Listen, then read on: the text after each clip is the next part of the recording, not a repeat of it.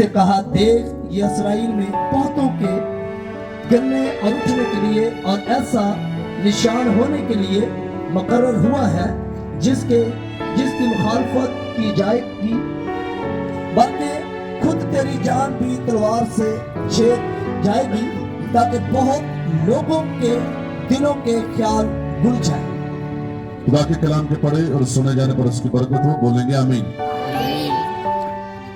अजीजों, इस कलाम मुकद्दस के हिस्सा में जो आपने गोश्त गुजार किया गया है, चूंकि ये क्रिसमस खुदावंद यीशु मसीह की जमीनी पहली आमद का पहला अतवार है, तो क्रिसमस के ताल्लुक से चंद बातें जो नहायत उम्मीद है मैं आपको सुनाना चाहता हूं।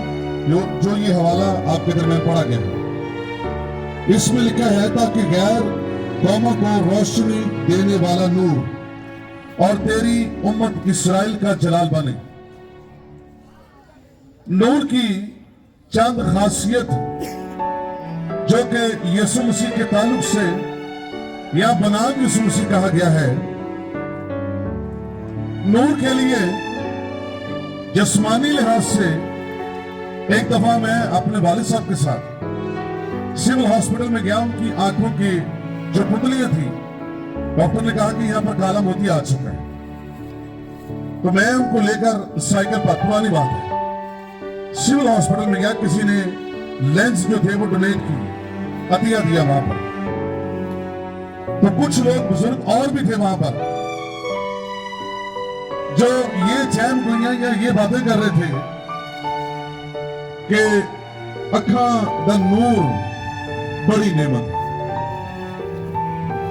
आज शायद मेरी आंखों में नूर होता तो ये बुजुर्ग लोग बातें कर रहे थे। उस वक्त मुझे समझ नहीं थी इस बातों की, लेकिन जब इस कलाम को मैंने तैयार करना शुरू किया तो ये बात मेरे ज़हन में आई कि लोगों का पीरी की उम्र में, ज़हीफ उम्र में ये इकरार करना कि नूर के बगैर जिंदगी इस दुनिया में अंधेरे में है, नूर के बगैर इस दुनिया में चलना, जिंदगी बसर करना या कुछ भी जिंदगी में जो हासिल करना चाहते हैं वो नूर के बगैर मुमकिन नहीं है। नूर का मतलब है जलवा। उर्दू में इसके लिए रोशनी, चिराग, उजाला, अंग्रेजी में लाइट इसका लफ्ज इस्तेमाल हुआ है, और इब्रानी जुबान में ओहोर, जिसका मतलब है ऐसी चीज को वाज़ह कर देना जो किसी के लिए मुमकिन नहीं है और वो छुपी हुई है, पिनहा है या मख्फी। ये वो नूर है जो इंसान की तवक्को में चीज नहीं है, और उन चीजों को इस दुनिया में नुमाया कर देना। मिसाल के तौर पर खुदावंद यीशु मसीह वो नूर है जो इंसानों के गुनाहों को, इंसानों की ऐसी हालत जो मौत का हिस्सा बन चुकी है, ऐसी जिंदगी का वो मोड़ जहां पर इंसान सिर्फ और सिर्फ पस्ती का हिस्सा है, खुदावंद यीशु मसीह अपना जलवा, अपना चेहरे का नूर उस पर फेंक दे, जलवागर कर दे, उस पर जाहिर कर दे, और लोग रोशनी की तरफ आ जाए, जिंदगी की तरफ आ जाए, लोग अपनी जिंदगी को महफूज समझे। ये नूर का काम। यूनानी जुबान में फोर्स लफ्ज इस्तेमाल हुआ है, जिसका मतलब है कि अलामती तौर पर, सिर्फ लफ्जों के एतबार से नहीं, अलामती तौर पर, यानी कि वाकई वो चीज जो कि उसका निशान हो उसको वाज़ेह कर दे। और नूर के लिए जो थियोलॉजिकली, इल्म इलाहियत के हिसाब से लफ्ज इस्तेमाल हुए हैं वो है पाकीज़गी, इच्छाई, इल्म, हिकमत, फजल, उम्मीद। खुदा का मुकाशवा कहा गया है नूर को। इसलिए उर्दू में रोशनी लफ्ज जो है तकरीबन 121 मरतबा इस्तेमाल हुआ है। जब पैदाइश में खुदा ने ज़मीन और आसमान को बनाया तो सवाल ये पैदा होता है कि क्यों? अगर खुदा नूर है, खुदा रोशनी है, तो इस रोज जमीन पर खुदा ने रोशनी को यानी कि दिन को क्यों बनाया? ये चांद या सितारे, इनको क्यों तख्लीक किया? इनकी क्या जरूरत पड़ी? जबकि खुदा इस दुनिया में पूरे का पूरा मौजूद है। कोई ऐसा दुनिया का हिस्सा नहीं है जहां पर खुदा मौजूद नहीं है। इसका मतलब ये हुआ कि अगर खुदा मौजूद है तो वहां पर रोशनी है।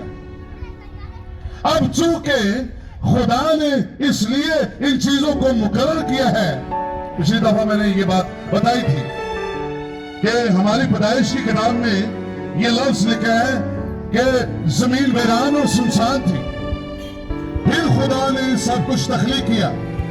रहेगी आवाज आ रही है, तुसी दुआ च लगे रहने। मेहरबानी फिर मैं कहना कि अपनी गल्लां ना करो, बड़ी मेहरबानी। तेरे मार खाने से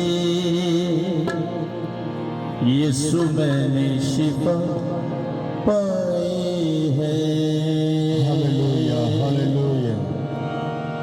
तेरे खून बहाने से यस मिली मुझको रहाई है। हालेलुया। तेरे मार खाने से अगर तो ना मार खाता यीशु मैंने मैं लानत में मरता। आज लिखा है मुबारक है वो मुर्दे जब से खुदा में मरता। हालेलुया। सब अखा बंद करके दुआ करो। हालेलुया।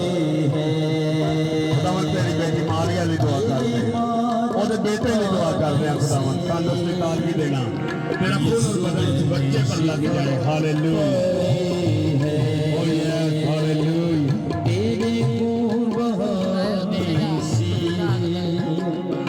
मिली मुझको रहाई है। कोई चारागर तुझसा नहीं, कोई राहबर तुझसा नहीं, कोई चारागर तुझसा नहीं, कोई राहबर तुझसा नहीं। भाई लेके आ जा जल्दी, पैरा दीवारी है। अंदर जाके दुआ करेंगे मेरे भाई, मेरे बेटे, मेरी बेटियां बनाए हालेलुया। तूने कुर्बान होकर मेरी बिगड़ी बनाई है। यीशु मसीह की कुर्बानी लिए अपने आप पेश कर देंगे। मार खाने से यीशु मैंने शिफा